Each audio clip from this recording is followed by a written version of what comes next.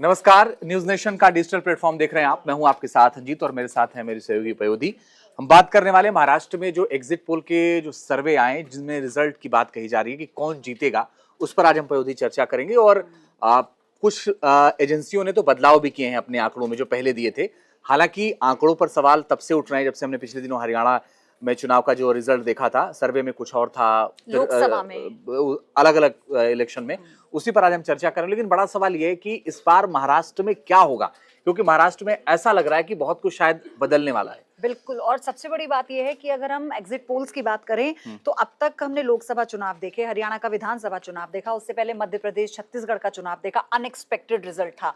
मतलब जो जानकार थे उन्होंने अपने जो कलम थे और कागज थे वो वहीं रख दिए और वो अपना माथा पीटने लगे थे कि उन्होंने कहा कि ये शायद बहुत सालों बाद ऐसा हुआ होगा कि जब इतना उनकी जो भविष्यवाणी है वो सटीक के आसपास भी नहीं थी। लेकिन महाराष्ट्र में इस वक्त आप ये कह लीजिए, महाराष्ट्र वो राज्य बना हुआ था, हॉट राज्य है 2019 के चुनाव से लेकर अभी तक, क्योंकि वहां पर जितनी उहापोह हुई, जितनी बार सरकार गिरी, जितनी बार सरकार बनी, उसमें समीकरण बहुत महत्वपूर्ण थे। तो इसीलिए जब वोटर इस बार अपना वोट डालने के लिए गया था तो उसके जहन में इतना कंफ्यूजन था। 6 मोर्चों पर उसे चुनना है कि भाई वो किसे कौन से उम्मीदवार को वो किस तरह से देख रहा है, उसके साथ कौन खड़ा है, उसका आने वाले समय में महाराष्ट्र की राजनीति पर और वोटर के लिहाज से उन्हें कितना लाभ होगा। तो ये तो हो चुका है और अब तक जो वोट प्रतिशत है पिछले बार के मुकाबले 4% ज्यादा वोट इस बार पड़े हैं। 65.11% वोट इस बार रंजीत पड़े हैं। और 288 सीटों में 145 जो जीतेगा वो बनेगा वहां का सिकंदर, वो सरकार बनाएगा। मोहित, आप भी आ जाइए इस चर्चा में। क्या क्या लग रहा है इस बार? वैसे ना मोहित हमारे वो जानकार हैं अंजीत, मतलब जिन्हें हम कहते हैं ना हर चीज पे अगर कोई हमारा सारथी की तरह आता है तो वो है मोहित। मोहित, महाराष्ट्र में क्या होने वाला है? जो जिसका सारथी था, क्या वो उसे गद्दी तक पहुंचा पाएगा? देखिए, बड़ी बात यह है सारथी गद्दी तक पहुंचाएगा कि नहीं पहुंचाएगा। उससे बड़ा खेल ये है कि महाराष्ट्र में जो सारथी हैं वो सामने वाले को गद्दी से उतारने की कोशिश कर रहे हैं। कि जैसे मान के चलिए कहीं पर भारतीय जनता पार्टी का प्रत्याशी है, लेकिन अब शिवसेना दो फाड़ हो चुकी है। तो ऐसे में अगर वहां पर भारतीय जनता पार्टी के सामने उद्धव सेना का कोई प्रत्याशी शिवसेना से खड़ा है, तो वहां पर शिंदे की शिवसेना का कोई आदमी निर्दलीय खड़ा हो गया है, जिससे कि उद्धव की शिवसेना का समीकरण बिगड़ जाए। तो ऐसे यहाँ पर समीकरण बनाने से ज्यादा समीकरण बिगाड़ने का खेल चल रहा है। और महाराष्ट्र में सबसे ज्यादा सीटों पर इसीलिए जो अभी हाल में सी वोटर का सर्वे आया, सी वोटर के सर्वे में 61 सीटें ऐसी जहां पर कांटे की टक्कर है। वो कांटे की टक्कर कहीं ना कहीं इसी वजह से है कि यहाँ पर सरकार बनाने का खेल बिल्कुल क्लियर नहीं है। खेल है बिगाड़ने का, और कौन किसका कितना बिगाड़ पाता है वो सरकार उसके हाथ में पूरी पावर है। लेकिन इस बार ऐसा लगता है कि इस बार मुद्दों से हटकर वर्सेस ज्यादा रहा। फिर चाहे वो शिंदे गुट हो, अजित गुट हो, पवार गुट हो या बीजेपी हो, मतलब लोगों के बीच में भी ये था कि गुट को जिताना है या मुद्दों के लिए वोट करना है। बिल्कुल, आप देखिए ना कि अजीत पवार जो है वो अपना एक अलग विचारधारा लेकर चल रहे थे। भारतीय जनता पार्टी दूसरी तरफ बटेंगे तो कटेंगे कि नारे को लेकर आगे बढ़ रही थी। अजीत पवार उसका विरोध करते हैं। आप देखेंगे कि वहां दूसरी तरफ उद्धव ठाकरे हैं। उद्धव ठाकरे शिंदे को कहते हैं मिंदे करके वो संबोधित करते हैं पूरे चुनाव के दौरान, और आरोप, कई गंभीर आरोप लगाते हैं। तो शिंदे एक जगह कांग्रेस के कार्यालय में चले जाते हैं कि भाई मैं गद्दार कैसे हो गया। तो ये पूरी राजनीति, सेंटिमेंट की राजनीति ज्यादा हुई है। विकास और इन तमाम मुद्दों को पे कम रखा गया है। बड़ा मुद्दा ये भी था कि कैसे महाराष्ट्र से जो इन्वेस्टमेंट है वो गुजरात चले गए, जो आरोप लगाया उद्धव ठाकरे ने। तमाम हर जगह हर एक इंटरव्यू में यही बात की चर्चा रही। भारतीय जनता पार्टी को इस बात का सवाल का जवाब देना पड़ा कि भाई सबसे बड़ा महाराष्ट्र, जो कि आर्थिक तौर पर सबसे बड़ा राज्य है, तो वहां से इन्वेस्टमेंट गुजरात कैसे चले गए। जो उद्धव ठाकरे थे वो तमाम कंपनियों के नाम ले रहे थे कि भाई देखिए ये कंपनियां जो हैं गुजरात चली गई। जब मैं मुख्यमंत्री था उस दौरान यहाँ पर महाराष्ट्र में इन्वेस्टमेंट हुआ था।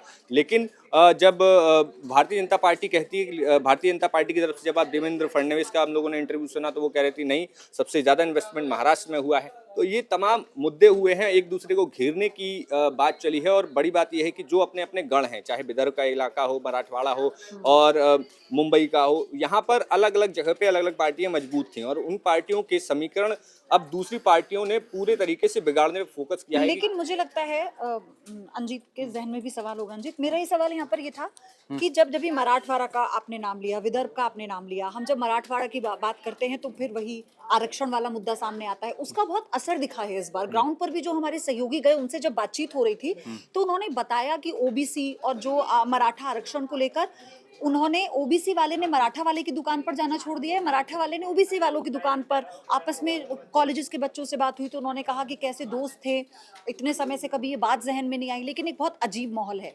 ये कितना असर इस नतीजों पर डालेगा? देखिए, मनोज जरांगे इस पूरे मराठा आरक्षण को लीड कर रहे थे और इस बार ये बात सही है कि ये पूरा समीकरण बना, लेकिन बीजेपी ने इसको बहुत हद तक मैनेज करने की कोशिश की है पूरे महाराष्ट्र में। अगर उसका असर दिखता है तो समीकरण पलट भी सकते हैं और इससे ज्यादा मैं तो, वो तो भाई मांग ही रहे हैं, वो तो मराठा आरक्षण मांगे, लेकिन उसमें पेंच है। वो मामला हाई कोर्ट भी जा चुका है, वो मामला सुप्रीम कोर्ट जा चुका है। वो अपने अपने स्तर पर जब जब सरकारें रही हैं तो दिखाने के लिए सही, लेकिन उन्होंने कभी कोई बिल पास किया, कभी कोई बिल पास किया और वो समय पर बदलता रहा। दूसरा ये है इसमें जो महत्वपूर्ण वो ये है कि पिछले 5 सालों में 3 मुख्यमंत्री बदले अलग अलग समय पर और 2 पार्टियों में बड़ी फूट हुई। शिवसेना 2 गुटों में बंट गई, एनसीपी 2 गुटों में बंट गई, फिर बीजेपी का अलग मामला चला। फिर इस बार अमित शाह ने ये कह दिया भाई कि हम मिल बांट करके तय करेंगे कि मुख्यमंत्री कौन होगा। तो शिंदे को शायद ये बता दिया गया है कि भाई आप मुख्यमंत्री नहीं होंगे, इस बात की गारंटी। और जहां तक लगता है कि और अगर गैर मराठा की राजनीति बीजेपी कर रही है तो फिर फडणवीस ही मुख्यमंत्री होने जा रहे हैं, क्योंकि वो चाहते भी हैं सेंट्रल के और उन्होंने काम भी किया है। कि ये ना शायद इसलिए भी थोड़ा जरूरी था, ये इसलिए जरूरी मैसेज जो एकनाथ शिंदे को भी दिया गया, क्योंकि जब उन्हें मुख्यमंत्री बनाया गया था तो किन परिस्थितियों में उप मुख्यमंत्री की शपथ देवेंद्र फडणवीस ने ली थी, आपको याद होगा, याद है वो चेयर कैसे 1 से 2 लग गई थी। तो इस वक्त ये टाइम है कि जब उन्हें अगर यहाँ पे अच्छा रिजल्ट आता है तो उसका क्रेडिट शिंदे की बजाय फडणवीस को ही दिया जाएगा, पार्टी उन्हें ही देगी, क्योंकि उनका वो चेहरा है, उससे पहले वो प्रूव कर चुके हैं।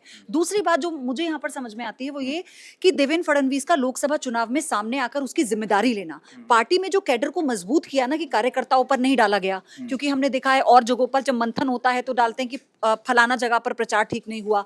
उन्होंने अपने आप को महाराष्ट्र का नेता स्थापित किया, उन्होंने लोकसभा चुनाव में हार की जिम्मेदारी लेते हुए इस्तीफे की पेशकश की। उसके बाद वो मजबूती से उन्होंने उस वक्त भी कहा था कि मैं विधानसभा का चुनाव लड़ूंगा, क्योंकि वो जानते थे कि पार्टी का उन पर जो ट्रस्ट है वो बिल्कुल डिगा नहीं है।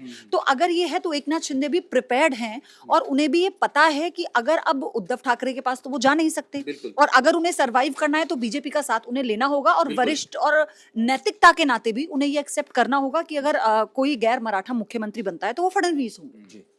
और अगर गैर मराठा की बात यहाँ पर करें, आपने जैसे कि बात की मनोज जरांगे को कि मैनेज कर लिया है, मुझे लगता है पूरी तरीके से मैनेज कर लिया है, क्योंकि मनोज जरांगे ने जब ये आंदोलन वापस लिया तो उन्होंने साफ तौर पर कह दिया था कि आप बीजेपी को वोट ना देने का कारण ये ना समझें कि उन्होंने हमें आरक्षण नहीं दिया। आप अपने अपने निजी मुद्दों और निजी मसलों को लेकर बीजेपी को वोट करें या ना करें, वो आपकी निजी राय होनी चाहिए। आरक्षण को लेकर ऐसा ना हो आरक्षण की वजह से आप बीजेपी को वोट ना करें, उन्होंने ये साफ कह दिया था। तो ये एक बड़ा ट्विस्ट था और भारतीय जनता पार्टी को इसका लाभ भी मिल सकता है। दूसरी चीज़ ये है कि भारतीय जनता पार्टी ने जहाँ मराठाओं को तो साध ही लिया मनोज जरांगे के द्वारा, लेकिन दूसरी चीज़ ये भी थी कि खासतौर पर जो ओबीसी वोटर हैं उनको लेकर भारतीय जनता पार्टी ने बहुत ज्यादा काम किया, क्योंकि ये सीख हरियाणा से भारतीय जनता पार्टी ने सीखी भी और ये फॉर्मूला हरियाणा में काम भी किया। वहां पर जिस तरीके से गैर जाट जो लोग थे और इसके अलावा ओबीसी थे और दलित थे, उन पर जो जिस तरीके से उन्होंने टिकट दिए और वहां पर लोगों को साधा, तो वही काम महाराष्ट्र में भी हुआ है। यही आप देखेंगे कि जब लेकिन इसी बीच में कहना चाह रही हूँ, जब हम उद्धव गुट की बात कर रहे हैं तो उन्होंने ज्यादा मराठा उम्मीदवार ही उतारे हैं। हम जब अजीत गुट की बात करते हैं उन्होंने भी पवार गुट की बात करते हैं, क्योंकि इनको तो उनकी राजनीति ही इससे चलती है, रीजनल पार्टी है। लेकिन इस बार अगर इससे बीजेपी ने अपने जो कैंडिडेट उतारे हैं वो गैर मराठा हैं ज्यादातर, तो ये जो समीकरण है मैं समझना चाह रही हूँ, इससे क्या इस बार वाकई बीजेपी को बड़ा फायदा होगा? क्योंकि अभी हम जिसका एक फर्क है कि ये लोग रीजनल पॉलिटिक्स करते हैं और इनकी पकड़ कुछ इलाकों में है, हो सकता है कि मैक्सिमम इलाकों में हो, लेकिन बीजेपी ऐसी पार्टी है जिसकी पूरे महाराष्ट्र में पकड़ है और पूरे महाराष्ट्र में बीजेपी को लोग जानते हैं, बीजेपी के चेहरे वहां पर हैं और बीजेपी अच्छा मैनेज कर रही है। दूसरा ये है कि खत्म करना एक आंकड़ा और मैं रखता हूं, और वो आंकड़ा ये कि 2024 के हिसाब से जो लोकसभा का चुनाव हुआ था उसके हिसाब से अगर हम देखें तो फिर महाविकास अघाड़ी की सरकार बन रही है, क्योंकि बीजेपी को लगभग 79 सीटें मिल रही हैं, शिवसेना शिंदे गुट को लगभग 40, एनसीपी को 6 और ये महायुति का है, और महाविकास अघाड़ी की बात करें तो कांग्रेस को 63, शिवसेना उद्धव गुट को 57 और 34 एनसीपी शरद पवार को, कुल 154 हो रहा है। 150 अगर लोकसभा के हिसाब से देखें तो महायुति की बन रही है, महायुति की बन, हाँ नहीं महाविकास अघाड़ी की बन रही है, क्योंकि टोटल 154 सीटें हो रही हैं 88 प्लस हो रही हैं पहले से, और 145 चाहिए बहुमत के लिए। तो ये ट्रेंड नजर आ रहा है, लेकिन हरियाणा में ट्रेंड दिखा नहीं, बाकी जगहों पे दिखा नहीं। तो अभी इस सर्वे का अभी तो फिलहाल ठीक है, जो सर्वे हैं वो हैं और ये आंकड़े भी हैं, लेकिन थोड़ा इंतजार कर 2-4 घंटे कर लीजिए, 2-4-10 घंटे स्थिति और इस रिजल्ट कल के सुबह 8 बाद बजे के बाद बड़ी स्थिति। एक तस्वीर साफ हो जाएगी कि जो प्रोजेक्ट सबसे ज्यादा हुआ कि बटेंगे तो कटेंगे, वो फॉर्मूला सबसे ज्यादा हॉट ट्रेंडिंग जो भाषण विवाद था, पूरा भाषण में भाषण जो दिया गया बयान वो था, वो उसका यही कितना था। असर होगा। अच्छा, दूसरी बात ये क्योंकि हमें अभी से सम अप करना है, दूसरी बात ये कि इस बार मुझे लगता है पहली बार ऐसा है जब हिंदुत्व बटा है महाराष्ट्र में।